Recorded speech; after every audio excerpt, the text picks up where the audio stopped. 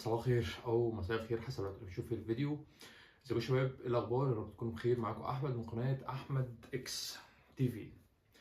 ان شاء الله النهارده طالع اتكلم كده عن حاجه معاكم، يعني لاحظتها من فتره وقلت ان انا لازم اطلع اتكلم في الموضوع ده. مبدئيا حلقه النهارده عن ازاي تشتري تليفون مستعمل. اغلبيه الناس حاليا المحلات اسعارها غاليه بطريقه اوفر، فمعظمنا او اغلبيتنا بنتجه ان احنا بنروح نشتري من على أو الاكس اللي هو دوبيزل دلوقتي، او الستور بتاع الفيسبوك اللي هو المتجر يعني الموجود في الفيس. فمعظم الحاجات المعروضة في ناس كتير ممكن تتخم فيها، وفي ناس كتير جدا ممكن يتنصب عليا فيها. طيب ازاي ما يتنصبش عليا، او ازاي ان انا اشتري تليفون وبالاخص التليفون تمام من خلال النت او من على الفيس او على اي حاجه يعني معروضه على النت؟ طيب مبدئيا ده مثلا تليفون ايفون، تمام.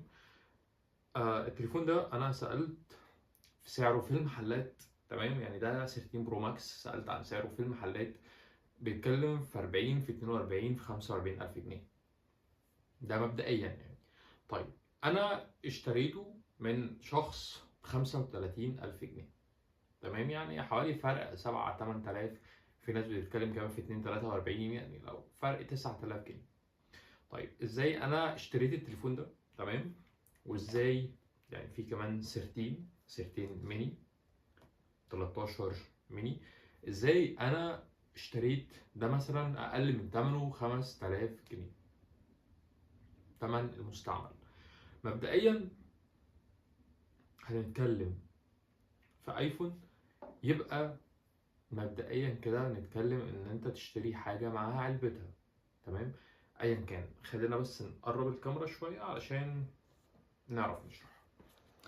بنقول ان احنا هنشتري ايفون، يعني نشتري حاجه معاها علبتها. طيب ليه معاها علبتها؟ لان العلبه بتاعه التليفون، تمام، هي اثبات الملكيه لتليفونك. هتقول لي يا عم انا ممكن اشتري تليفون بدون علبه مثلا، وصاحبه منزل فيها 3 4000 جنيه بس بدون علبه يعني. هقول لك صدقني ولا يساوي جنيه واحد. طيب ليه؟ لان التليفون ده ايا كان نوعه ايه بقى، سامسونج، شاومي، ريلمي، اوبو، اي تليفون، ايفون، اي تليفون، ممكن ان انت تجيب التليفون ده، تمام، يكون مسروق، يتعمل له سوفت وير ويتباع بمبايعة مثلا. هيدخل على النت، هيجيب لك اي بطاقة اي حد، تمام، وهيكتب لك عقد ان ده تليفون كذا ببطاقة كذا، طبعا البطاقة بتكون مضروبة، وهيبيع لك التليفون. التليفون اول ما تحط فيه الشريحة بتاعتك هيجي لك تتبع من خلال الشريحة، والتليفون هيتسلم وهيتاخد منك. يبقى اول حاجة لازم تكون مع التليفون الكرتونة بتاعته، لان دي اثبات الملكية. طيب دي اول حاجة. ايه تاني حاجة؟ تاني حاجة البادي بتاع التليفون، تمام. احنا لسه بقى لا اتكلمنا في سيريال نمبر ولا اتكلمنا في حاجة، احنا لسه بنتكلم في الحاجات الظاهرية اللي بره. يعني ده بادي تليفون، تمام. التليفون ده ما شاء الله، يعني ما شاء الله ما فيهوش خدش، يعني هو ممكن بس ان هو عاوز ايه، يتمسح، لكن ما شاء الله التليفون كده مفيهوش خدش واحد. تليفون عليه سكرينة فامي على الشاشة، تليفون زي ما انتم شايفين كده حالة البادي 101%، تمام. تليفون حالته ما شاء الله، الله أكبر كده زي ما انتم شايفين. طيب ايه الحاجة التالتة بعد البادي؟ نسبة البطارية، ودي بقى أهم حاجة. طيب ليه نسبة البطارية أهم حاجة؟ لأن في تجار كتير جدا بيكونوا لاعبين في نسبة البطارية، معلين لك نسبة البطارية. تعالى بقى كده عندي أنا شوية، بيكون بقى إيه التجار معلين نسبة البطارية. طب الحوار ده بيتعمل إزاي؟ الحوار ده مثلا تليفون شكله كويس وشكله حلو ومش عارف ايه، بس البطارية مثلا جاي شغال بقى له 3 سنين 4 سنين، فالبطارية خلاص جابت آخرها، عدت ال 60%، فخلاص البطارية ماتت. فيقوم مثلا رايح عند بتاع يعني تليفونات كده ما عندوش ضمير، يقوم رافع الشاشة، فاكك البطارية، جايب بطارية خلع، أو اللي هي مثلا بداية جهاز زيه تمام، او مثلا جايب بطاريه مش اصليه. المهم ان هو بيجيب بطاريه تكون مثلا حاجه تعبانه او حاجه نظيفه ايا كانت، وهيقوم جايب جهاز عنده. الجهاز ده فيه شاشه صغيره وفيه زي ايه، كبسولات كده بيتركب فيها سوكت البطاريه، ويقوم حاطط فيها سوكت البطاريه موصله بالجهاز، مسريل البطاريه.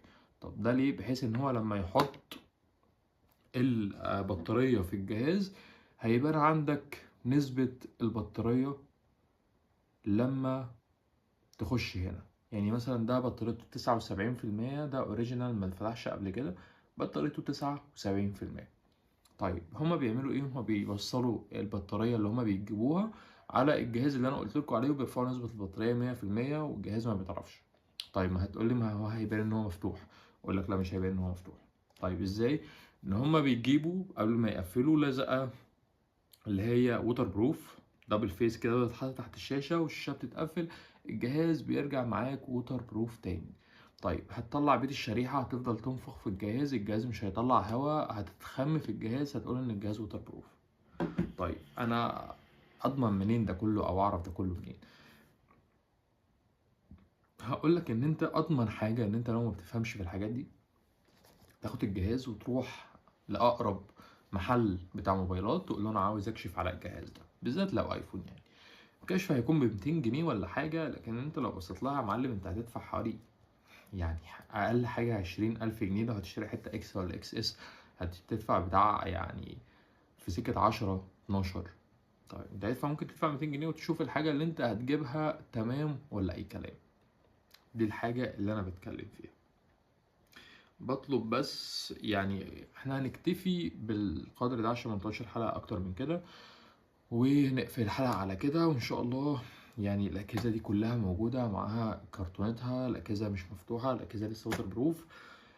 هبيعهم بإذن الله بأقل سعر من السوق. استنوا فيديوهات تانية على القناة دي، هبيعهم إن شاء الله معاهم كل حاجة. جهاز ووتر بروف اكشف عليه في أي حتة براحتك، تمام، أقل من سعر السوق. وكمان في أجهزة ريلمي وأجهزة أوبو هيدخلوا معانا كمان سحب على أكتر حد هيتفاعل معانا على الفيديوهات الجاية، هيدخل معانا سحب إن شاء الله على تليفونات أوبو. هعرضها في حلقة تانية كده، حلقة مخصصة للمسابقة هتتعمل على القناة هنا إن شاء الله. بس دي كانت حلقة النهاردة، أشوفكم على خير بإذن الله.